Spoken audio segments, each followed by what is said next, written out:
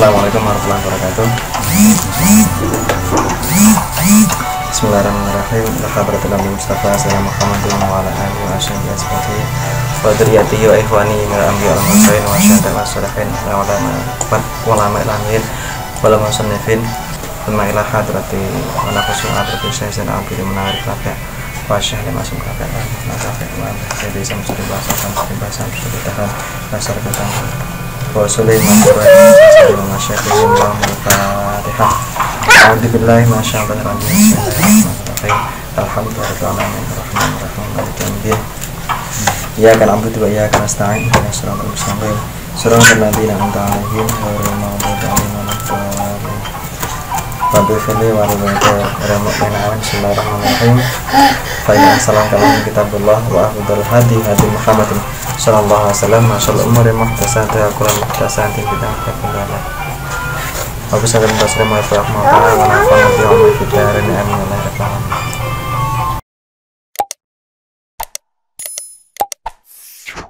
Bismillahirrahmanirrahim. An Abi Hurairah radhiyallahu anhu qala anna Rasulullah sallallahu alaihi wasallam qala idza jaa Ramadan futihat abwaabul jannati wa ghuliqat abwaabun nari wa suddifatis syayatinu. Hari ini kita melanjutkan pembahasan kemarin tentang fadail Ramadan. Fadail itu artinya keutamaan. Fadilah, fadil itu jamak, mufradnya fadilah, artinya keutamaan. Fadail Ramadan, keutamaan pada bulan Ramadan. Keutamaan Ramadan. Jadi fadail Ramadan ini bisa bermakna dua. Bisa bermakna keutamaan pada bulan Ramadan, bisa juga bermakna keutamaan bulan Ramadan itu sendiri dibandingkan dengan bulan-bulan yang lain ya. Jadi fadil Ramadan ada dua makna. Mana yang pertama adalah keutamaan Ramadan dibandingkan dengan bulan-bulan yang lainnya, dibanding bulan ya 9 dibandingkan dengan 11 bulan yang lainnya. Ramadan bulan yang keberapa? Bulan ke-9. 9 ya. Jadi dibandingkan dengan bulan lainnya itu apa keutamaannya? Bisa juga bermakna fadail fi Ramadan, keutamaan di dalam bulan Ramadan. Apa saja keutamaannya? Karena kalau bahasa Arab idhofah itu kan bisa memiliki banyak makna. Tarkib idhofah, fadail Ramadan kan idhofah, mudhaf sama mudhaf ilaih. Fadail Ramadan ay fadail li Ramadan, sama fadail Ramadan ay fadail fi Ramadan. Fadail li Ramadan artinya keutamaan milik bulan Ramadan ya.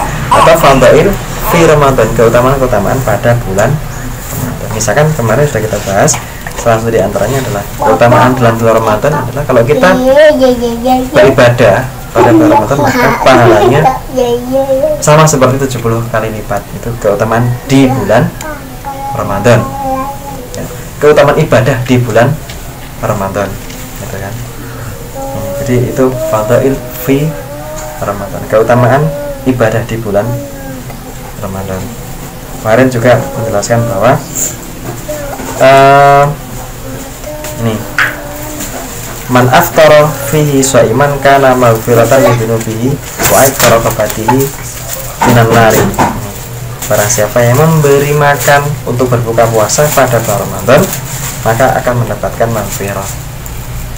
Terus kalau memberikan makan untuk berbuka puasa, misalkan puasa hari Kamis di bulan Ramadan, ada nggak pahalanya? Dapat maghfirah nggak? Ya dapatnya pahala, dapatnya sawab atau pahala, tapi tidak mendapatkan maghfirah ya. Ini. Nah ini hadis yang kedua. An Abi Hurairah saking sahabat Abi Hurairah. Abi Hurairah bukan nama asli. Abu Hurairah itu nama panggilan, nama lakop Abu Hurairah. Jadi dalam bahasa Arab itu ada 3 jenis nama. Ada alam asma, ada alam kunyah, dan yang ketiga alam lakop. Pertama alam asma ya, alam asma. Kemudian yang kedua alam Alam asma itu nama yang diberikan ketika dia lahir. Misalkan Muhammad dalam alam asma. Kemudian yang kedua, alam kunyah. Alam kunyah itu adalah nama yang diberikan dengan menyandarkan nama dia dengan keluarganya. Misalkan siapa? Nah, misalkan Nabi Muhammad dipanggil Jaddal Husain, Bae Husain. Atau Nabi Muhammad dipanggil sebagai Ibnu Abdillah, anaknya Pak Abdullah. Itu adalah alam kunyah, nama yang disandarkan dengan nama orang lain. Banyak orang Arab seringkali menggunakan alam kunyah dibandingkan nama aslinya. Ya. Misalkan Imam Syafi'i itu juga bukan nama aslinya. Nama aslinya siapa? Muhammad. Ya, Muhammad bin Idris bin Syafi'i. Dia menggunakan nama kakeknya itu, Syafi'i itu ya. Seorang disebut Imam Syafi'i. Imam Syafi'i. Yang ketiga adalah alam pertama asma, yang kedua alam kunyah, ketiga alam lakob. Alam lakob itu apa? Alam nama yang diberikan untuk memberikan penghormatan tertentu atau sebutan tertentu. Kalau orang Jawa nyebutnya paraban. Misalkan nama aslinya itu sahabat siapa? Utsman bin Affan nama aslinya. Nama saya Utsman bin Affan, tapi ini dipanggil Dzun-Nurain. Itu lakob. Artinya apa? Orang yang memiliki dua cahaya. Maksudnya bagaimana? Dia itu menikah dengan dua orang perempuan yang kedua-duanya adalah putri Rasul. Orang yang memiliki dua orang cahaya. Sebenarnya Muhammad. Muhammad itu kan nama saya Muhammad bin Abdullah, tapi alam lakopnya Al-Amin misalkan. Al-Amin itu kan orang yang dipercaya. Abu Hurairah ini juga ini di satu sisi secara formatnya ini alam kunyah karena menggunakan kata abu, bapak ya, abu. Tapi ini alam lakop sebetulnya. Lakop itu kenapa? Karena tidak mungkin orang punya anak kucing.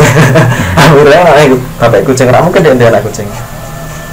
Tapi dia dipanggil Abu Hurairah, anak kucing, bapak kucing. Gitu.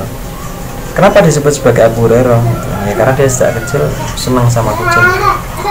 Bahkan orang zaman dulu bajunya kan lebar di sini kan. Nah, itu di jubahnya itu ada kucing itu suka tidur di sini, tidak main di sini. Dan Abu Hurairah ini adalah salah seorang sahabat yang sangat dekat dengan Rasul. Bahkan ketika di Madinah dia termasuk golongan yang ikut hijrah bersama Rasul. Lebih awal dari berangkat hijrahnya dibanding Rasul. Kemudian dia tinggal di serambi Masjid Madinah.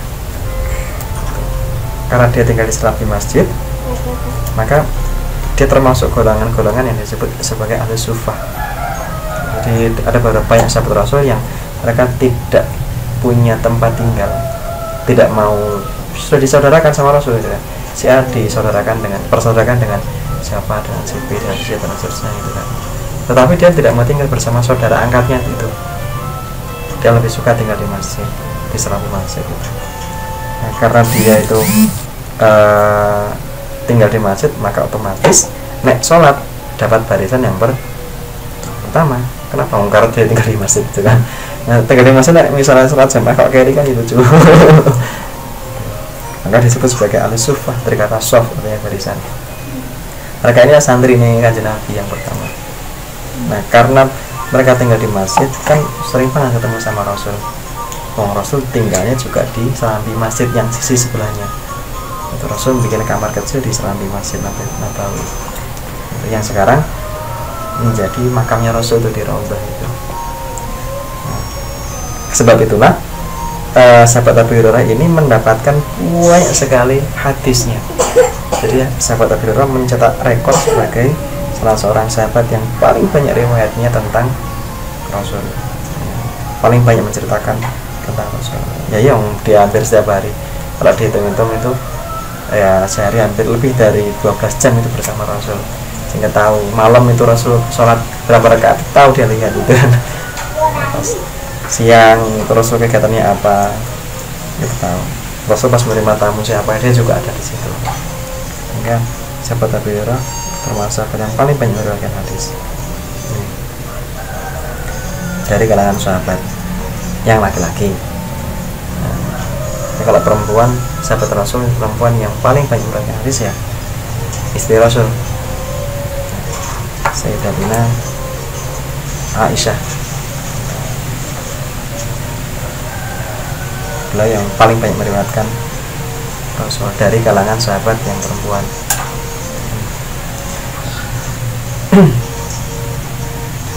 An Abi Hurairah radhiyallahu anhu radhiya muga-muga ridha sapa Allah Gusti Allah anhu maring sahabat Abi Hurairah. Qala ngendika sahabat Abi Hurairah, anna Rasulullah sallallahu alaihi wasallam qala ngendika sahabat Abi Hurairah, anna Rasulullah sak temene Rasulullah sallallahu alaihi wasallam iku qala ngendika sapa Rasulullah sallallahu alaihi wasallam, dia bercerita bahwa Rasul bersabda, "Idza jaa Ramadan futihat abwaabul jannati wa ghuliqat abwaabun nari wa sutifatish syayatin." Bunyinya idza jaa nalikane teka apa Ramadan, bulan Ramadan, futihat mongko den buka apa abwaabul jannati, pintu-pintu swarga, wa ghuliqat lan den tutup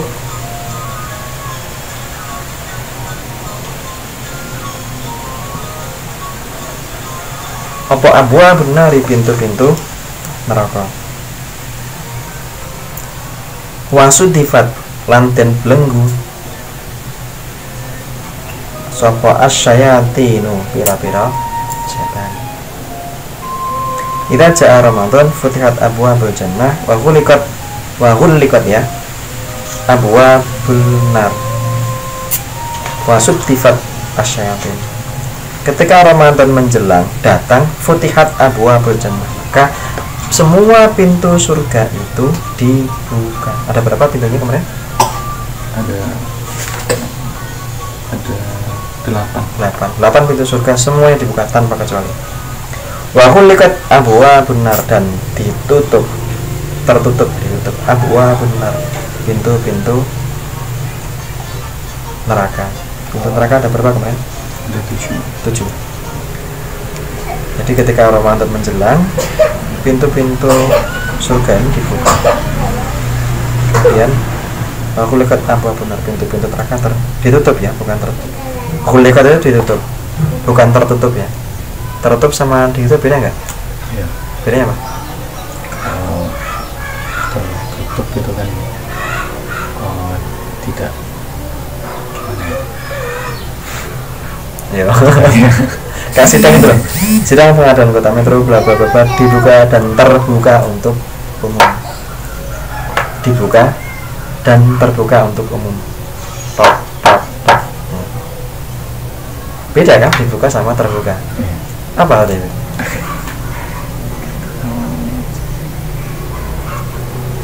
Bedanya adalah begini. Kalau dibuka atau ditutup itu ada pelakunya, terjadi karena kesengajaan. Itu pintunya dibuka, berarti kan ada yang membuka, meskipun nggak diketahui siapa pelakunya, kan itu. Tetapi itu kondisi terbukanya itu secara sengaja, kan dibuka sengaja. Ini kan sama. Kita cara futihat abwaabul jannah, bukan terbuka tapi dibuka sengaja, berarti kan ada yang membuka. Siapa yang buka? Ya jelas Allah. Atas ya bisa jadi Allah. Yang pasti begini, ini diperintahkan oleh Allah, malaikat para penjaga kunci ya, penjaga kunci itu diperintahkan Allah untuk membuka pintu surga ini ya. Siapa penjaga surga? Malaikat ya. Ridwan. Nah, malaikat Ridwan diperintahkan Allah untuk membuka surga. Itu kalau dibuka artinya ada yang membuka ya. Tapi kalau terbuka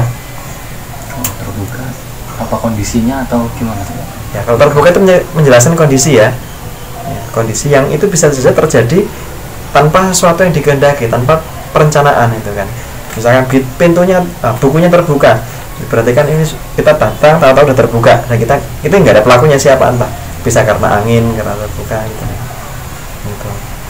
Kira-kira seperti itu. Nah, sidangnya dibuka dan terbuka untuk umum. Artinya dibuka, pintu dibuka, pintu ruang sidang itu dibuka dan terbuka untuk umum. Artinya siapapun boleh masuk.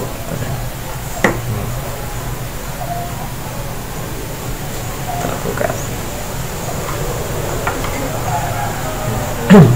Wahulikat abwabun nar, pintu-pintu neraka ditutup. Wasudifat asyayatin, dan setan-setan itu di belenggu. Belenggu itu apa? Belenggu itu ya. Wah, di belenggu, setan di belenggu. Ya, belenggu itu apa? Belenggu itu nih loh. Apa? Borgol. Borgol itu belenggu. Ya macam-macam bentuknya. Wes semua belenggu itu, kalau borgol ya tangan aja ya, tangan atau jempol biasanya di para terpidana atau gitu kan. Biasanya tangan diikat gitu kan. Belenggu. Tapi kalau belenggu itu luas, bisa tangannya, ya, bisa juga lehernya, karena ada yang dibelenggu terus gini kan, atau kakinya yang dirantai itu dibelenggu, dipasung, ya. Dibelenggu, dipasung. Asyayatin, kira-kira setan. Hadis ini menggunakan kata syayatin. Syayatin itu jamak, mufradnya syaitan, mufradnya syaitan, jamaknya syayatin. Artinya setan itu jumlahnya ada banyak, nggak cuma satu. Setan itu ada banyak sekali dan tugasnya berbeda-beda. Tapi prinsipnya mereka sama, tugasnya mengganggu manusia. Pertanyaannya adalah, nah kalau pas Ramadan ini semua setan itu dibelenggu, kenapa masih ada kemaksiatan? Kenapa masih ada kejahatan? Ayo. manusia sendiri Ya. sudah terbiasa atau? Yang pertama karena faktor kebiasaan. Ya. Karena faktor kebiasaan. Nah, mbok kira perbuatan buruk itu terjadi karena apa? Mau melakukan perbuatan buruk itu susah loh. Masa gini wes, apa? Misalkan dirimu kuliah ya, selang 1 semester itu misalkan atau mentakulah 14 kali pertemuan atau 15 atau 16 pertemuan. Nah, nggak mangkat, nggak masuk 1 kali pertemuan, gimana rasanya? Sementara kamu nggak ada kegiatan apapun misalnya, cuman nyenuk di lantai bawah, nggak ikut naik ke kelas itu. Nyesel ya. Iya. Bingung Juga kan? Bingung gitu kan? Kenapa? Ya karena sebetulnya melakukan perbuatan buruk itu susah. Perbuatan buruk itu susah. Bolos misalkan ya, bolos itu juga susah kalau belum terbiasa. Begini. Ya misalkan begini guys, zaman sekolah SMP atau SMA dulu, harus bolos itu kan ya kan gak mau itu takut itu. Tapi awalnya kan suka coba-coba di sini, rencana ngejain, nih bolos aman. Kali-kali, alah jam kosong dulu paling gurunya gak mangkat. Habis ya, kat. Habis itu besok takon, datang ke kelas bisa takon, nggak boleh tak takon. Ini sederhana aku ya itu toh. Iya pak. Kita khawatir bahwa gak kayak biaya kan, masa nggak nyaman itu. Gitu.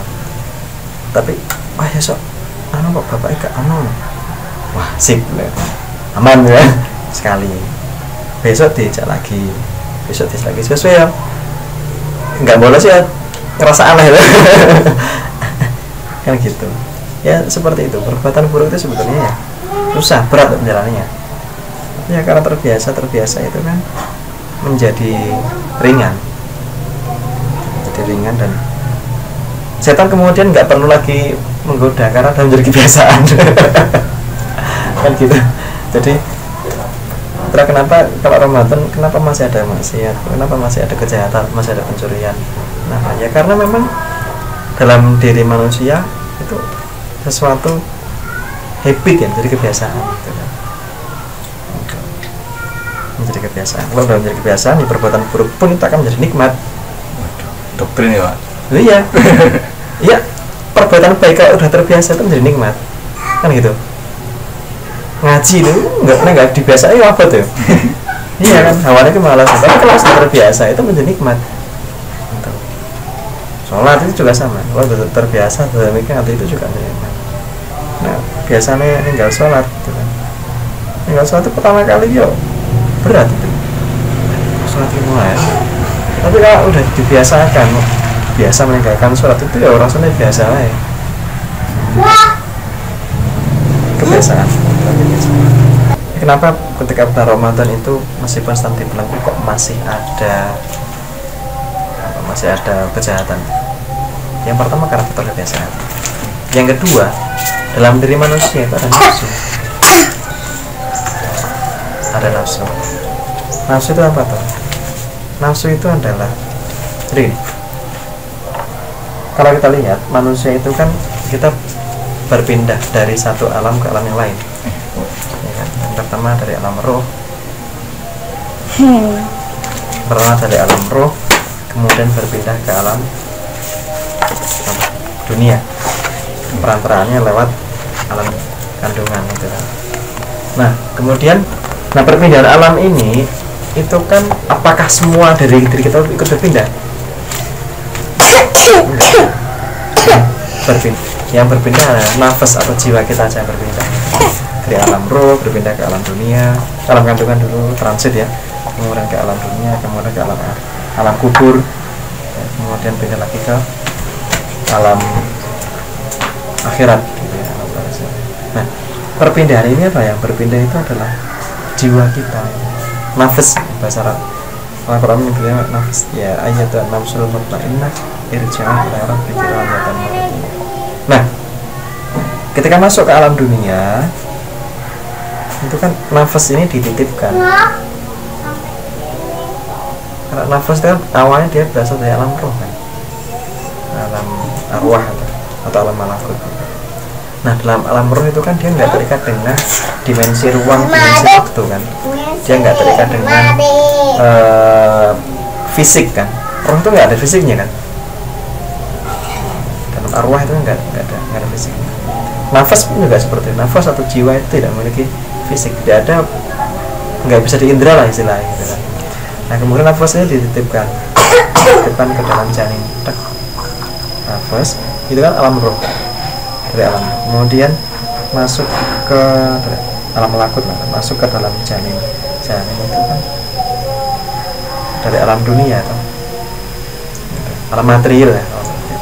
Kemudian masuk, kemudian diikat oleh apa? Diikat oleh roh. Jadi kalau kita melihat dalam diri manusia itu kan setidaknya ada 3 unsur. Unsur utamanya itu adalah wadah tubuh kita ini, yang dia bisa tumbuh dari kecil besar gitu kan, kecil terus gini gitu, terus gede, kemudian sampai tua gitu kan, mati gitu kan, menjadi rusak lah, kemudian mati. Nah yang rusaknya kan tubuhnya, jasadnya. Jasad itu kan adalah kendaraan bagi nafas tadi itu untuk melintasi alam dunia. Sementara nafas itu kan berasal dari pindahan alam-alam yang sebelumnya itu kan. Nah, ketika perpindahan alam ini kemudian diikat oleh Allah dengan apa? Dengan roh. Wa nafakhtu fihi min ruhi. Jadi yang pertama kali Allah menciptakan janin, kemudian janin kan gak ada nyawanya, kemudian Allah menitipkan nafas di situ, masukkan, dan nafas sama jasad itu diikat dengan apa? Dengan ruh. Nah kelak kalau sudah sampai saatnya dia akan lahir ke alam dunia ini. Kemudian, nah selama di alam dunia ini kan nafas sama jasad itu kan berasal dari 2 alam yang berbeda. Dia akan bergesekan toh. Nah gesekan ini menimbulkan apa? Hawa ini disebut sebagai hawa nafsu gitu. Gesekan ini kayak gini menimbulkan suhu agak hangat ini kan, hawa. Nah dalam tubuh kita pun juga sama. Ketika nafas itu dari malakut, alam malakut yang dia bersifat apa ya, tidak bersifat fisik ya, tidak bersifat fisik. Sementara tubuh kita ini kan bersifat sangat fisik. Dia berasal dari alam dan dia juga membutuhkan alam. Ya, butuh makan, butuh minum, yang semua diambil dari alam itu kan. Dan kelak sudah selesai maka tubuh ini akan kembali ke alam. Gitu kan. Allah akan mencabut ruhnya yang mengikat tadi itu. Ketika ikatan ditarik lepas kan, maka akan terurai ini. Maka akan terurai. Nafas akan kembali berpindah ke alam barzah. Kemudian tubuhnya ini akan disemayamkan. Dan tubuh ini kan juga dia akan terurai. Nah, ketika dilepas, ruhnya dilepas, maka dia akan kembali lagi. Terlepas semua ikatan selama kan, maka tubuh kita pun juga akan terurai, kan? Akan kembali menjadi air, menjadi kembali lagi darahnya, kembali lagi, terus kembali ke tanah, kembali ke udara, semua akan berurai. Nah, dalam persinggungan nafas tadi itu ada dalam pergesekan sekarang nafas sama jasad tadi hawa nafsu sesuatu yang menarik nafas. Hawa nafsu ada sesuatu yang membuat tubuh kita itu cenderung kepada alam semesta. Yang jadi manusia gitu kan, tubuh kita tuh selalu senang dengan sesuatu yang terkait dengan alam semesta gitu. Kita senang melihat pemandangannya indah gitu kan, laki-laki senang sama perempuan gitu kan ya, setelah naluriah itu kan, sama perempuan lebih cantik daripada enggak gitu kan. Itu naluriah sesuai dengan keinginan apa jasadiah kita gitu kan. Kalau kita suruh makan enak sama yang enggak enak, pasti kita milih yang enak kan gitu. Baju pun juga sama, kita kalau di antara dua ada yang bagus sama yang enggak bagus, pilih yang mana? Pilih yang bagus. Dan itu adalah apa ya, keinginan yang bersifat jasadiah tadi itu. Jadi kenapa kok meskipun setan dibelenggu tapi kok kejahatan masih ada? Ya tadi karena faktor jasadiah itu lebih dominan, yang saking dominannya kemudian dia tidak mengalahkan dominasi akal, mengalahkan dominasi jiwa, nafas tadi itu, sehingga semuanya menjadi kalah. Gitu kan. Disebabkan karena faktor kebiasaan ya. Dan faktor-faktor yang lainnya. Itu kalau penjelasan pakai ilmu apa istilahnya? Ilmu tauhidnya seperti itu. Kalau penjelasan pakai ilmu sosial ya, kenapa kok masih ada kejahatan? Ya kan manusia kan pengen macam-macam gitu. Lebaran ya pengennya kan ya mobil anyar, motor anyar kan gitu kan. Pengennya juga pengen dapat THR gitu kan. Akhirnya melakukan berbagai macam cara ya. Nah, bahkan kalau kita melihat kejahatan itu ketika memasuki bulan Ramadan dan menjelang Lebaran itu semakin meningkat trafiknya. Ya, kenapa? Ya karena tuntutan sosial di masyarakat, di mana Lebaran itu kan mereka berkumpul kepada keluarga. Kalau mereka menunjukkan status sosialnya, oh dia bekerja di kota sudah sukses itu kan, dia pulang dengan menunjukkan sosialnya kepada lingkungan sekitar, dari lingkungan kampus. Itu penjelasan pada sosialnya.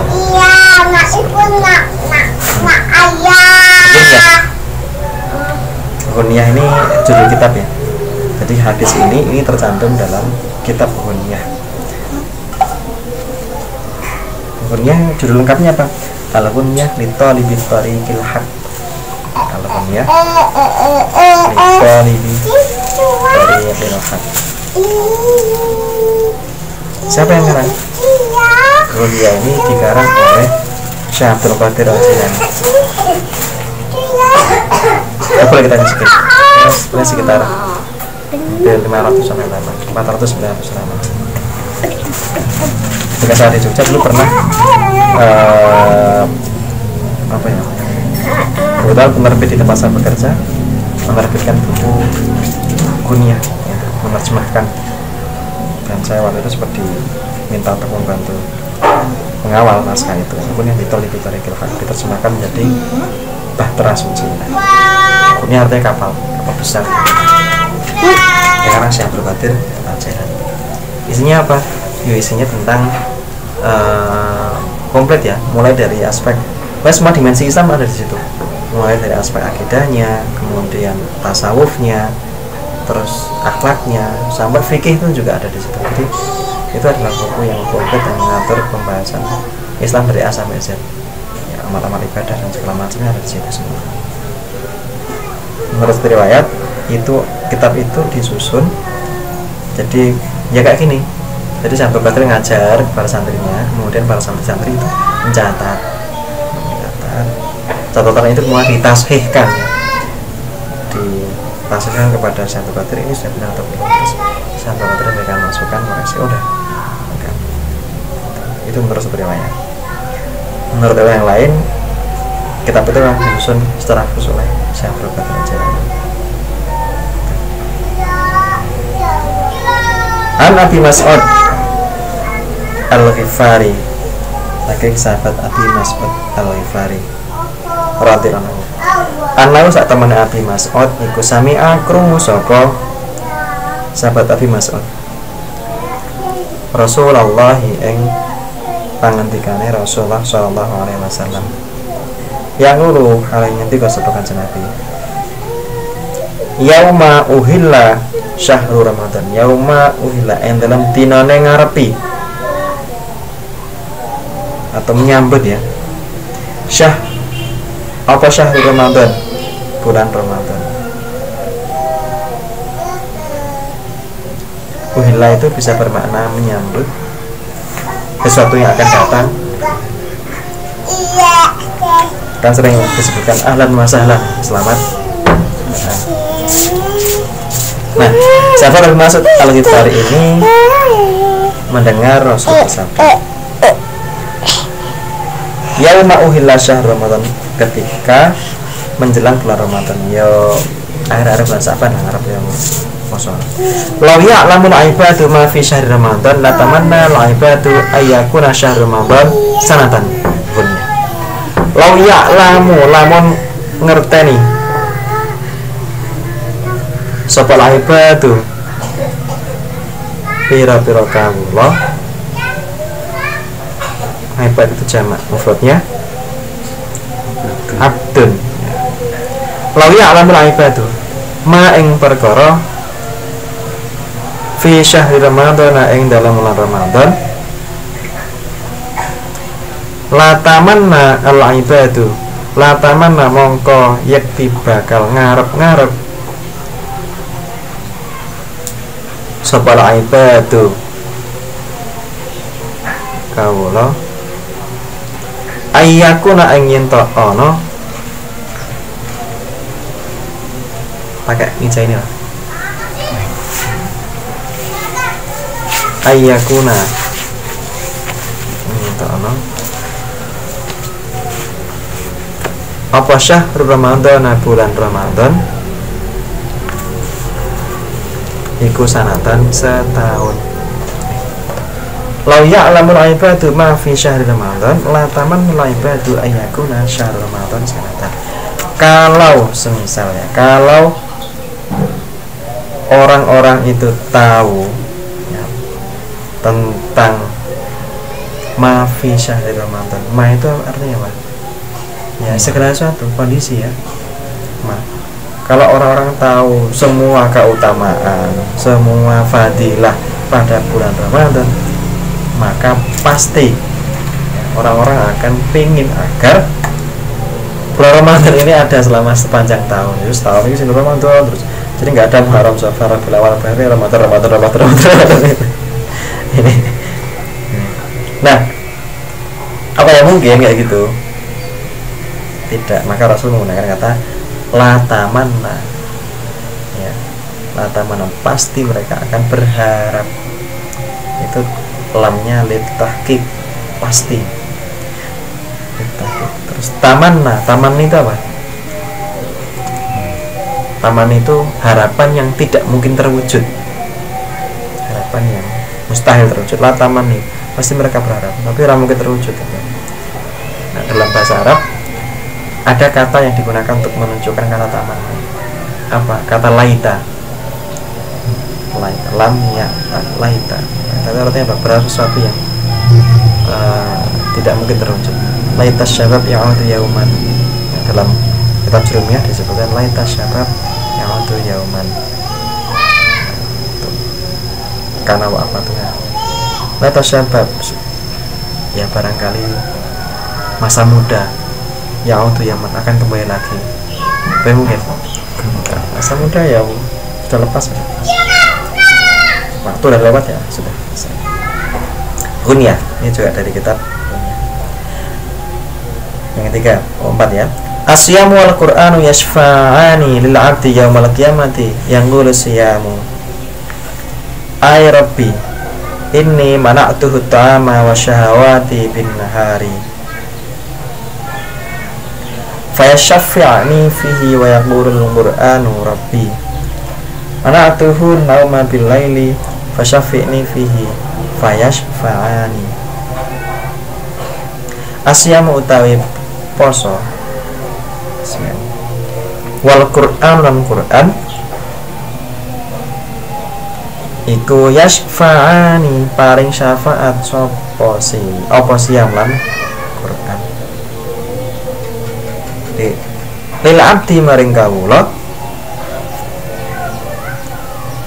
yaumal qiyamati ing dalem dina kiamat.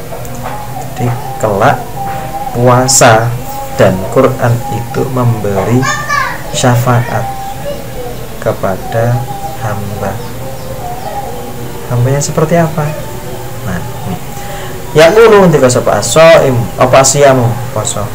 Jadi kelak puasa itu akan mewujud suatu makhluk. Kemudian dia akan berkata, "Ai Rabbi, wahai Tuhanku, ini mana tuh ta'ama wa syawati bin nahari fasyafi'ni fihi." Ini sak pada ingsun ya pundut ya apa ya ayo bisa iku mana tuh nyegah mencegah ya mencegah sapa ingsun hu ing abdun at-ta'ama ing akan wasyahawati lan pira-pira syahwat. Syahwat itu artinya kecenderungan atau al-mail, sesuatu yang mengarah kepada sesuatu, kecenderungan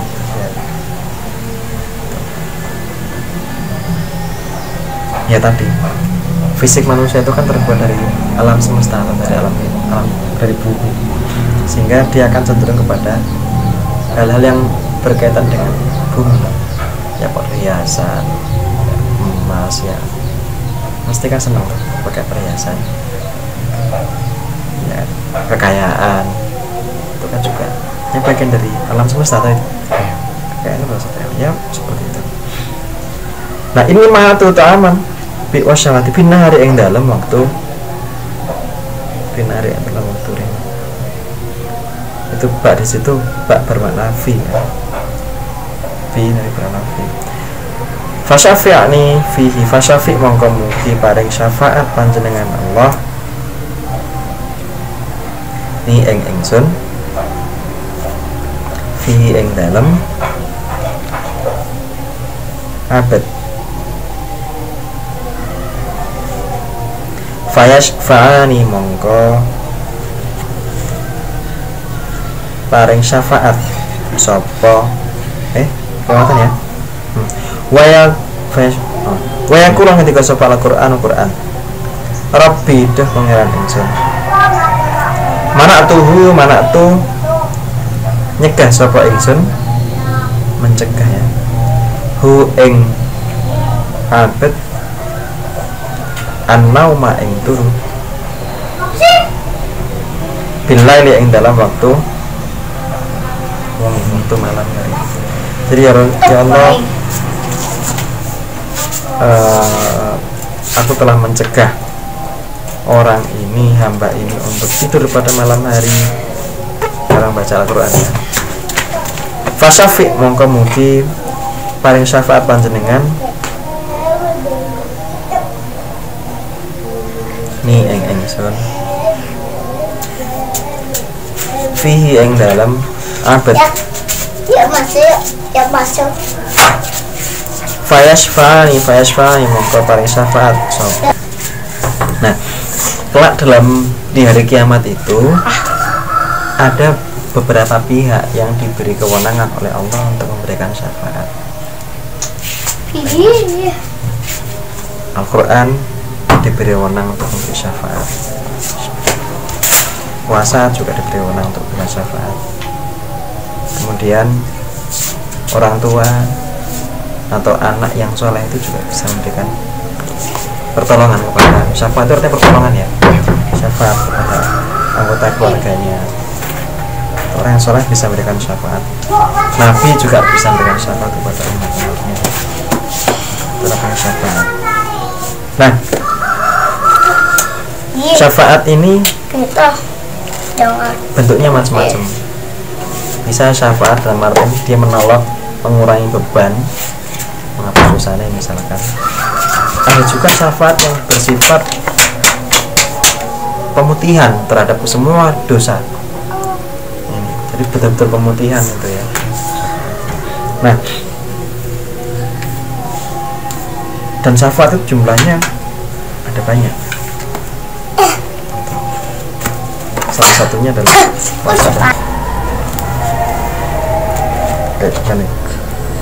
dan ada satu syafaat yang berbeda. Kalau yang lain itu memberikan syafaat ya berupa diskon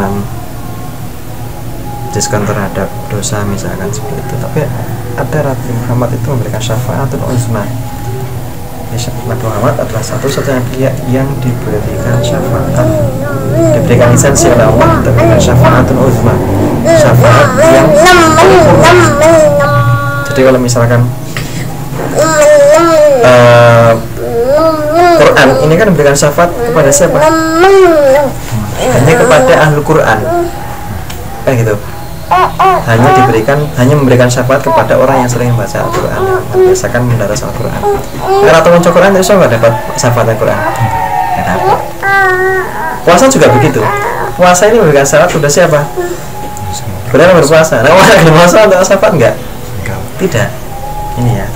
Jadi kalau syafaat-syafaat yang lain itu sifatnya terbatas dalam hal jangkauan, kemudian ada syarat-syarat tertentu yang harus dipenuhi gitu kan. Tapi Rasulullah Muhammad itu dia mendapatkan hak atau lisensi memberikan syafaat tak terbatas kepada siapapun yang beliau kehendaki tanpa ada syarat apapun, dan penghapusan dan syafaatnya kalau misalnya itu berupa penghapusan dosa itu ya bisa maksimal itu, pemutihan sama sekali itu. Orang yang ahli neraka kemudian mendapatkan syafaatnya Rasul itu menjadi ahli surga seketika itu juga, namanya syafaatul uzma. Syafaatul Uzma, ain dha mim alif bengkong, uzma, syafaatul uzma, syafaat yang agung.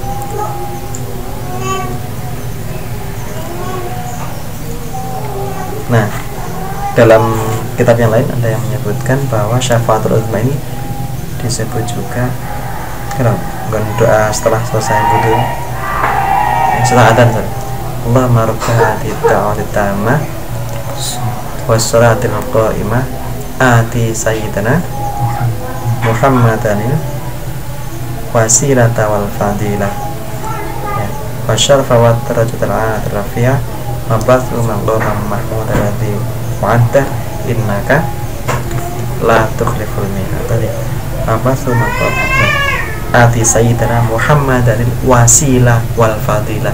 Wasilah di situ itu adalah bahasa lain dari syafaatul uzma.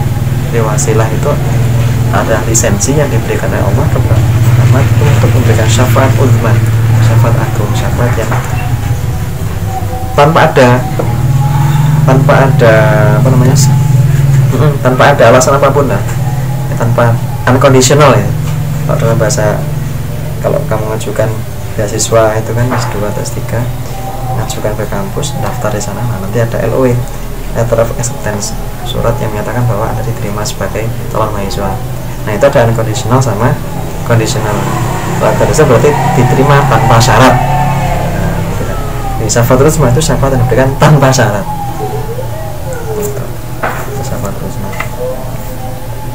yang menjadi hak prerogatifnya Rasul. Mau diberikan kepada siapa? Ya terserah ya Allah, yang Rasul kehendaki. Gitu.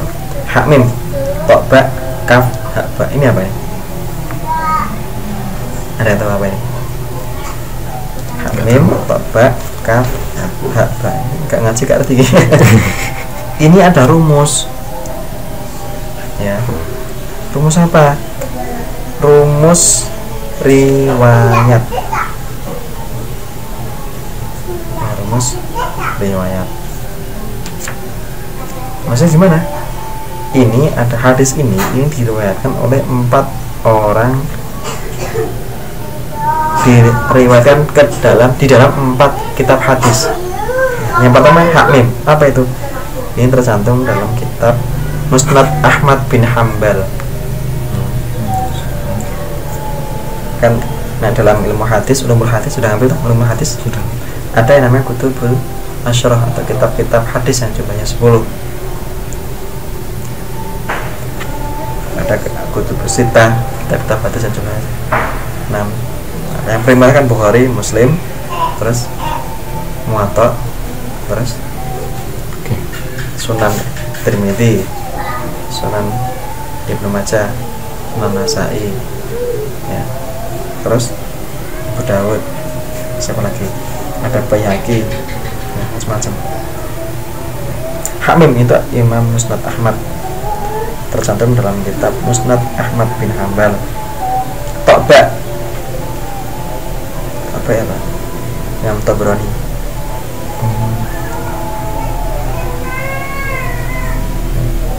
Kaf, ini apa? Kaf ini Imam Hakim, Rawahu Hakim, tercantum dalam kitab yang ditulis Imam Hakim. Hak ba itu apa? Imam Baihaqi. Hak ba itu Imam Baihaqi. Ani bin Umar, hadisnya diriwayatkan oleh sahabat Ibnu Amr ya, bukan Umar ya. Ani bin Amrin dari Ibnu Amr, bukan Ibnu Umar. Kalau Ibnu Umar itu kan Abdullah bin Umar. Kalau Ibnu Amr ini Ibnu Amr bin As. Soha artinya apa? Ini juga kode ini apa? Sod ha sohih. Nah, ini kode juga ini rumus dalam ilmu hadis ini ya. Sod ha sahih. Artinya hadis ini diriwayatkan melalui sahabat Ibnu Amr yang tercantum dalam 4 kitab hadis, kitab Musnad Ahmad bin Hambal, kemudian Tabrani, kemudian Imam Hakim, sama Imam Baihaqi. Dan hadis ini diriwayatkan sebagai dinilai sebagai sahih hadisnya. Yang terakhir, asyamu junnatun wa hisnun hasinun minan nari. Asyamu utawi poso ikut junnatun. Apa artinya junnah? Apa? Bukan jannah ya, junnah. Kalau jannah artinya jannah artinya apa? Kalau jannah surga. Surga. Jannah itu kalau secara bahasa artinya kebun yang penuh bunga, penuh tanaman buah, itu namanya jannah. Kalau junnah artinya kemarin tuh tameng. Oh ya, perisai. Nah, tameng atau perisai junnah. Wahisnun lan benteng. Wahisnun dan hasinan kang jogo minal nari sangking rakasyamu junnatun wahisnun hasinan. Puasa adalah tameng dan benteng yang menjaga dari neraka. Disebutkan di depan kemarin di halaman 1, idja'alis suami hisnan li awliyaihi wa junnatan. Ya, Allah menjadikan puasa sebagai benteng dan perisai bagi orang yang menjalankannya, li awliyaihi. Awliya itu artinya bisa bermakna kekasih, bisa bermakna orang teman dekat. Dalam konteks ini ya awliya Islam ya berarti ya maksudnya kekasih Allah yang berpuasa. Islam si puasa itu sebagai benteng perisai dengan mari. Hak mim tercantum dalam Musatamatin hamba. Hak ba tercantum dalam Imam Bayhaqi. An Abi Hurairah, dari sahabat Abi Hurairah. Soha, hadisnya Soha.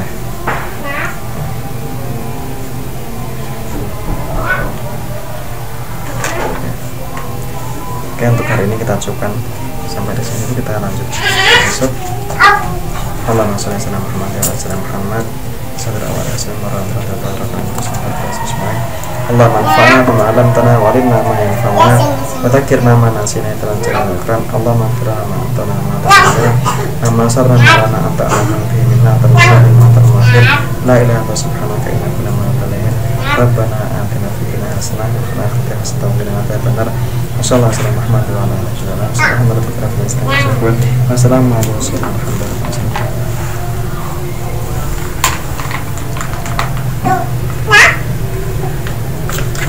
Maulaya sholli wa sallim daiman abada ala habibika khairil khalqi kullihim wal habibul ladzi turja syafa'atuhu bi kulli hawlin minar ahwali muhtaqin ya rabbi bil mustafa balil maqasidana wa ufir lana mama baya wasi'al karami.